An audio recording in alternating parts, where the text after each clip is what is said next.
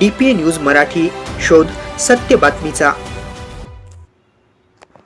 नाशिकच्या काँग्रेसच्या पदाधिकाऱ्यांनी काल काँग्रेस कमिटीच्या गेटला मारले टाळे। तिकीट न मिळाल्यामुळे संताप अनावर होऊन टाळे ठोकले आणि आम आदमी पक्षामध्ये प्रवेश घेऊन तिकीट मिळवलं। तसेच इलेक्शनला सामोरे जात आहेत। याबाबत काँग्रेसचे पदाधिकारी, निष्ठावान कार्यकर्ते, काँग्रेस पदाधिकारी कैलास कडलक यांनी दिली अधिक माहिती। नाराजीचे नाटक बघूया सविस्तर।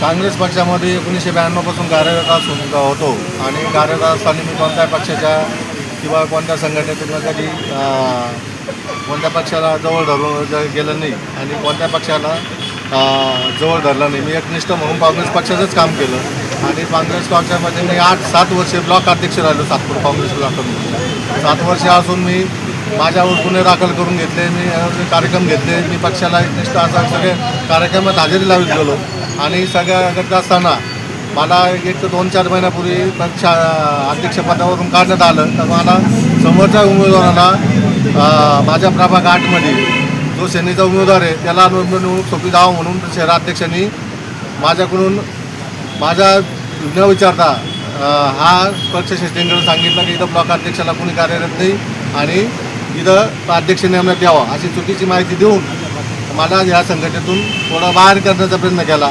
याचं धोरण आता कळालं का यांना हे शिवसेनेला शिंदे गटाला चांगली निवडणूक सोपी जावा म्हणून शहराध्यक्षांनी माझी खच्चीकरण चालवलं आणि त्या खच्चीकरणामध्ये माझ्या या काँग्रेस पक्षाने तिकीट नाकारण्यापर्यंत माझं एवढं हे केलं, नाकारण्यात आलं। याचं कारणच एकमेव शिंदे गटाला मदत व्हावी म्हणून शहराध्यक्षांनी केलेला प्रयत्न। शिंदे गट नाही तिथं मी सांगणार ना आपलं पुढचं पाऊल काय असतं? पुढचा पाऊल मी आता पक्षाला मी शेवटच्या 2:58 मी EB फॉर्मची वाट बघितली। मी पक्ष श्रेष्ठींना फोन केला, मला EB फॉर्म देता आहे का, मला याला हो किंवा नाही सांगा। काही वरिष्ठ नेत्यांनी माझे फोन उचलले नाही किंवा मला रिस्पॉन्स दिला नाही। शेवटच्या घटकेला मी 2:58 मी आम आदमी पार्टीकडून प्रवेश EB फॉर्म जोडून मी माझ्या उमेदवारी करीत आहे।